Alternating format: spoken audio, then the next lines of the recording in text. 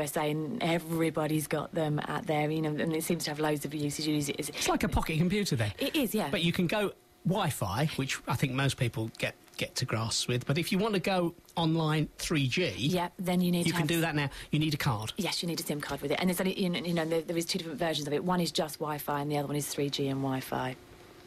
Okay. And how do you get those? You can't get them from the shops. You have to get them from the. You might be able to get them from the direct network shops, but most of them it has to come direct from a network. It's not sort of, you know, unfortunately, us as an independent, we're not sort of able to supply them yet. If you've got questions, 01245 49 50 50. Email steve.scruton@bbc.co.uk or text us. Text the word Essex, then your message to 81333. John's called to say that he's noticed some advertising today from Google suggesting that in the States, in America, a different kind of phone that they're backing has just overtaken sales of the iPhone in the States. Now, what's that phone? Do you know that phone? Because you've just come back from the States. I have just come back from the States, yeah. I mean, it's something...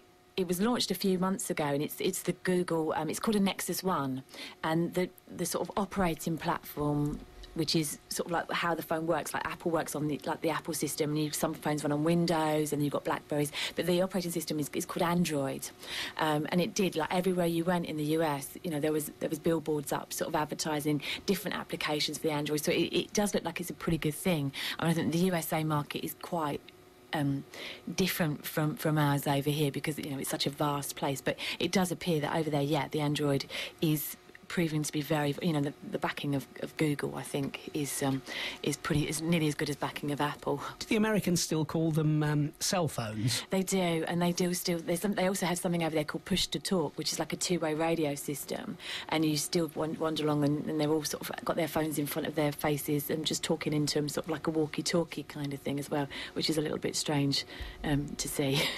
We can talk a little bit about the different networks. We'll do that in a moment. First, Roger's on the line from Billericay. Hi, Roger. Hello there. Whilst in Malta, I bought myself a Vodafone, and being very naive, thinking that Vodafone encompassed the world, I went into a supermarket and bought a top-up over here. And, of course, it won't go in. No, it won't, unfortunately. But is there some... I was told over there's a roaming number or something. The thing is because you're actually on the Maltese version of Vodafone, your customer services and everything like that is going to be a Maltese number. So you are going to have to contact Vodafone in Malta, or get someone to go in and sort out a top-up for you within Malta to do it. Yes, when you're over here... What do I do with my wasted money then in supermarket? Is that gone?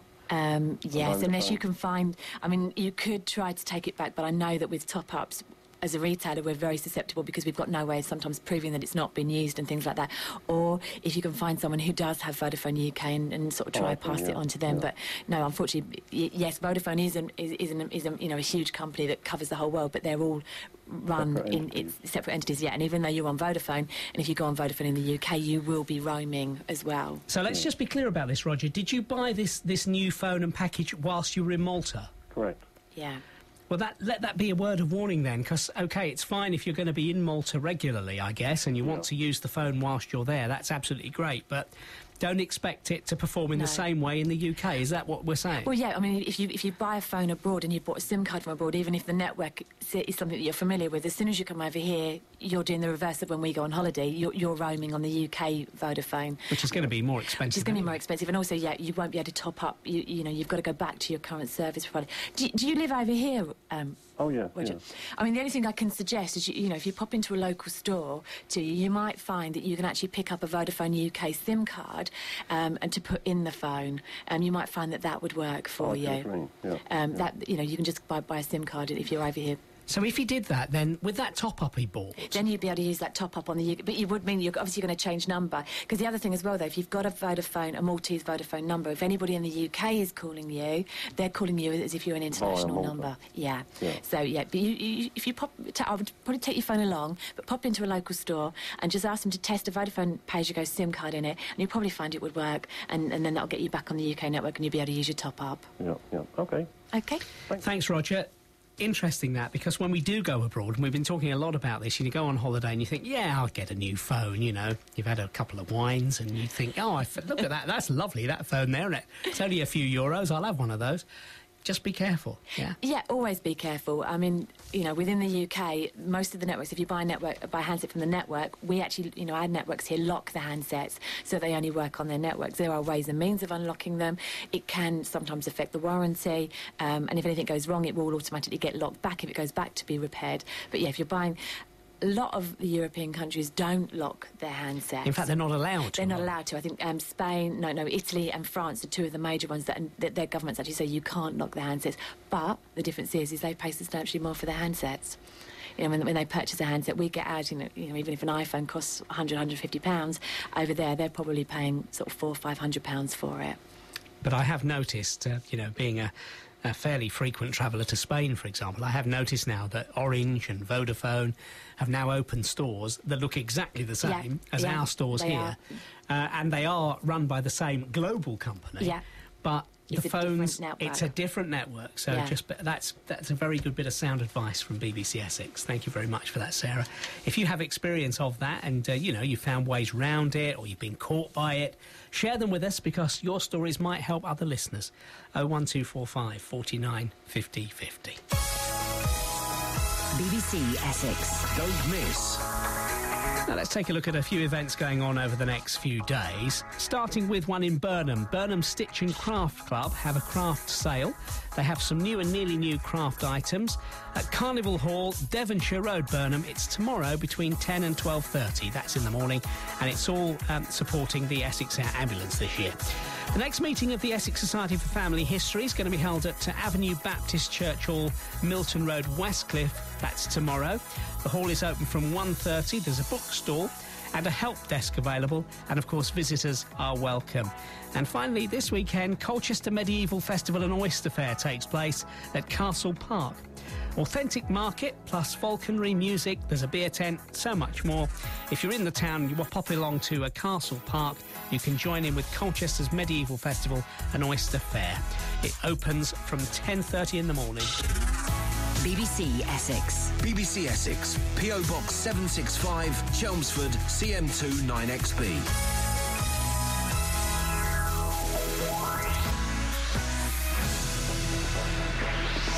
BBC Essex Travel with Barry Lewis. Thanks very much, Steve. At the Dartford crossing, there's slow traffic both ways. Towards the QE2 bridge, there's slow. It's slow from junction 28 at the A12, the Brook Street roundabout, clockwise and anti-clockwise. Very slow heading into Essex towards the Dartford Tunnel from the Dartmouth interchange at junction 2 now. Just looking at the cameras on the M11, by the way, traffic all seems to be moving reasonably well in the sunshine there. In Harlow, the A414, partially blocked by an overturned vehicle. That's on the Church Langley roundabout, so expect delays on the approaches. And just spoken to Brentwood CCTV, all good around the town centre at the moment, no major delays. All a little bit busy along the seafront though in Southend-on-Sea. On Western Esplanade there's slow moving traffic, but elsewhere looking okay around Southend. Chelmsford and Colchester CCTV control rooms reporting no problems. Slow traffic as you head towards Ipswich on the A12 though, up towards the Copdock interchange at junction 33 from around Capel St Mary at junction 32A. Railways, now there's a broken down train at Ilford causing disruption between Liverpool Street and Shenfield now. Your tickets are being accepted on London Underground services and also C2C services. Trains are able to leave Liverpool Street, but services towards Shenfield are being delayed, and there are some cancellations there as well, I'm afraid. I'm Barry Lewis. Next update in 30 minutes. Stuck in a jam? Call 0500 827 362. BBC Essex Travel.